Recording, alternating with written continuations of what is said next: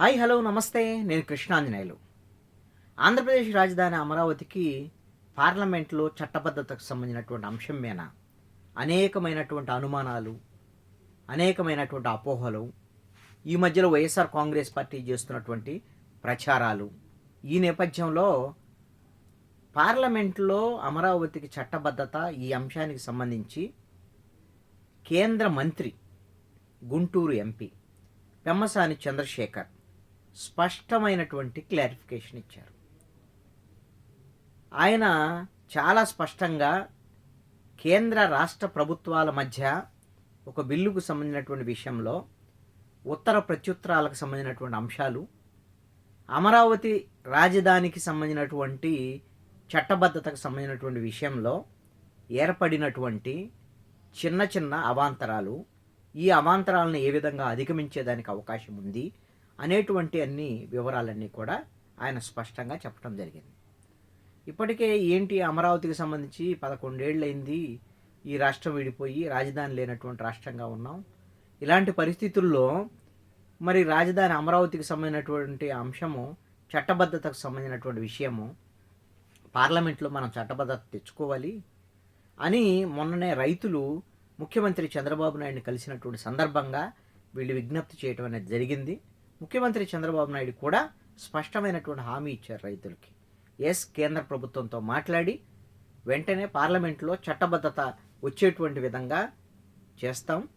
ఎట్టి పరిస్థితుల్లో కూడా భవిష్యత్తులో అమరావతికి ఏ విధమైనటువంటి ఆటంకాలు లేకుండా, అభ్యంతరాలు లేకుండా ముందుకు సాగిపోయేటువంటి విధంగా, అభివృద్ధి చెందేటువంటి విధంగా ప్రపంచ స్థాయి రాజధాని నిర్మాణానికి సంబంధించినటువంటి అవసరమైనటువంటి చర్యలను కూడా చేపడతాము. అందుకే ఫేజ్ 2కు సంబంధించినటువంటి భూ సమీకరణకు కూడా వెళ్తున్నాము అనేటువంటి క్లారిఫికేషన్ కూడా ఆ రోజున చంద్రబాబు నాయుడు ఇచ్చారు.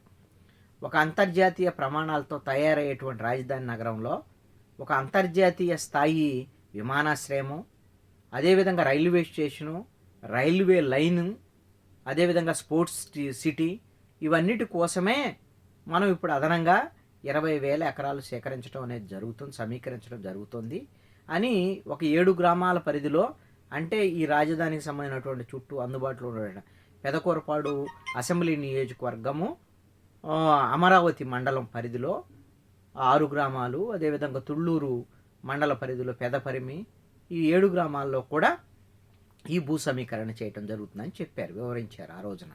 దానికి రైతులు కూడా సాటిస్ఫై అయ్యారు. అయితే తాజాగా ఈ రోజున వైఎస్ఆర్ కాంగ్రెస్ పార్టీ నేతలు, అదేవిధంగా వాళ్ళ సాక్షి పేపరు ఛానల్లో ఇంకేముంది, అమరావతికి చట్టబద్ధత లేదు, కేంద్రం బిల్లుని తిప్పి పంపించేసింది, ఇప్పుడు అలా చట్టబద్ధత రాదు, పార్లమెంట్ అంగీకరించడం లేదు, ఏదో నిధులకు సంబంధించినటువంటి ఏదో ఇబ్బందికరమైనటువంటి పరిస్థితి ఏర్పడింది, అందుకనే కేంద్ర ప్రభుత్వం తిప్పి పంపింది, ఈ విషయాన్ని ప్రభుత్వం దాచిపెడుతుంది అనేటువంటి విషయాన్ని వైఎస్ఆర్ కాంగ్రెస్ పార్టీ ప్రచారం చేయడం మొదలుపెట్టింది. దీని మీద పెమ్మసాని చంద్రశేఖర్ చాలా స్పష్టమైనటువంటి వివరణ ఇచ్చారు. ఆయన చెప్పినటువంటి అంశం ఏంటి అని అంటే, ఈ బిల్లుకు సంబంధించి ఆంధ్రప్రదేశ్ ప్రభుత్వము కేంద్ర ప్రభుత్వానికి పంపినటువంటి బిల్లులో 2015లో రాజధానికి సంబంధించినటువంటి నిర్ణయము అసెంబ్లీలో జరిగింది. 2014 నుంచి 24 వరకు కేంద్ర ప్రభుత్వము ఆ రోజున విభజన చేసినటువంటి సమయంలో ఉమ్మడి రాజధానిగా హైదరాబాద్ ఉంటుంది, ఆ తర్వాత మీరు రాజధాని ఏర్పాటు చేసుకోండి అని విభజన చట్టంలో పేర్కొనడం అనేది జరిగింది. ఈ నేపథ్యంలో రాష్ట్ర ప్రభుత్వం నుంచి ప్రపోజ్ చేశారు అంటే, కేంద్ర ప్రభుత్వానికి పంపినటువంటి బిల్లులో 2015లో ఎప్పుడైతే రాజధానికి సంబంధించినటువంటి అమరావతి అని నిర్ణయం చేశామో, శాసనసభలో తీర్మానం చేశామో, అప్పటి నుంచి ఇప్పటి వరకు కంటిన్యూస్గా రాజధాని అమరావతి అని ఒక చట్టబద్ధత కల్పించేటువంటి విధంగా పార్లమెంట్లో తీర్మానం చేసి విభజన చట్టానికి సవరణ చేయండి అనేటువంటి దాని మీద ప్రతిపాదన పంపారు. అది లీగల్గా అక్కడ పరిశీలించినటువంటి నేపథ్యంలో అక్కడ వచ్చినటువంటి అభ్యంతరం ఏంటి అని అంటే, మరి విభజన చట్టంలో సెక్షన్ 5లో ఏదైతే ఉమ్మడి రాజధాని హైదరాబాదు 10 ఏళ్ళు 2024 వరకు, మరి 2024 వరకు మొన్నటి వరకు ఉంది కదా, ఇప్పుడు 2015 నుంచి రాజధాని అమరావతి రాజధాని అని ఇస్తే టెక్నికల్గా ప్రాబ్లం వచ్చేటువంటి అవకాశం ఉంటుంది. ఈ విధమైనటువంటి సాంకేతిక సమస్యలు రాకుండా చూడండి. దీంతో పాటు అభివృద్ధికి సంబంధించినటువంటి అంశాలకు సంబంధించినటువంటి ఒక క్లారిఫికేషన్ కూడా ఈ అంశాలతో కలిపి మీరు మళ్ళీ తిరిగి ఈ ప్రతిపాదనల్ని పంపండి అనేటువంటి దాని మీద కేంద్ర ప్రభుత్వం రాష్ట్ర ప్రభుత్వానికి ఒక సూచన చేసింది అనేటువంటిది ఈ వివరణ సారాంశం. అంటే 2015 నుంచి సాధ్యం కాదు గుర్తించటం అనేటువంటిది. 2024 నుంచి ఆటోమేటిక్గా అమరావతి రాజధాని, ఇంకా కంటిన్యూస్గా అమరావతి రాజధాని ఉంటుంది అనేటువంటి దాని మీద దీనికి సంబంధించినటువంటి పూర్తి వివరణతో ఇక్కడ ఉండేటువంటి లీగల్ ఎక్స్పర్ట్స్తో ప్రభుత్వం సంప్రదింపులు జరిపి అందుకు అనుగుణంగా మళ్ళీ బిల్లుని మళ్ళీ తాజాగా కేంద్ర ప్రభుత్వం దృష్టికి తీసుకువెళ్తుంది. ఆ అంశాన్ని కేంద్ర ప్రభుత్వ పరిధిలోని న్యాయశాఖ మళ్ళీ పరిశీలించి ఏ విధమైనటువంటి అభ్యంతరాలు లేకపోతే కేంద్ర మంత్రిత్వ శాఖ హోంమంత్రి అదేవిధంగా మొత్తం క్యాబినెట్ ఆమోదం తర్వాత ఆ విషయం పార్లమెంట్లో చర్చకు పెట్టి పార్లమెంట్లో తీర్మానం చేసి చట్టబద్ధత కల్పించడం, అంటే విభజన చట్టానికి సవరణ చేసి అమరావతి ఆంధ్రప్రదేశ్ రాజధాని అని ఆ చట్టంలో పేర్కొనటం అనేది జరుగుతుంది.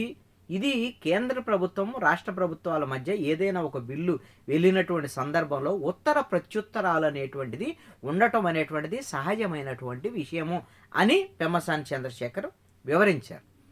ఇది వైఎస్ఆర్ కాంగ్రెస్ పార్టీకి ఈ విధంగా అసత్యమైనటువంటి ప్రచారాలు చేయటం, ఉన్నాయి లేని ప్రచారాలు చేయటము, లేదు అంటే ఈ బిల్లు పాస్ కాకుండా అడ్డుకునేటువంటి ప్రయత్నాలు లేకపోతే తెర వెనక ప్రయత్నాలు చేయటము, అదేవిధంగా అమరావతికి నిధులు ఇవ్వద్దని ప్రపంచ బ్యాంక్కి ఏషియన్ డెవలప్మెంట్ బ్యాంక్కి ఒకవైపున ఉత్తరాలు రాయటము, ఇవన్నీ కూడా కుట్రపూరితమైనటువంటి ఆలోచనలతో వైఎస్ఆర్ కాంగ్రెస్ పార్టీ చేస్తోంది.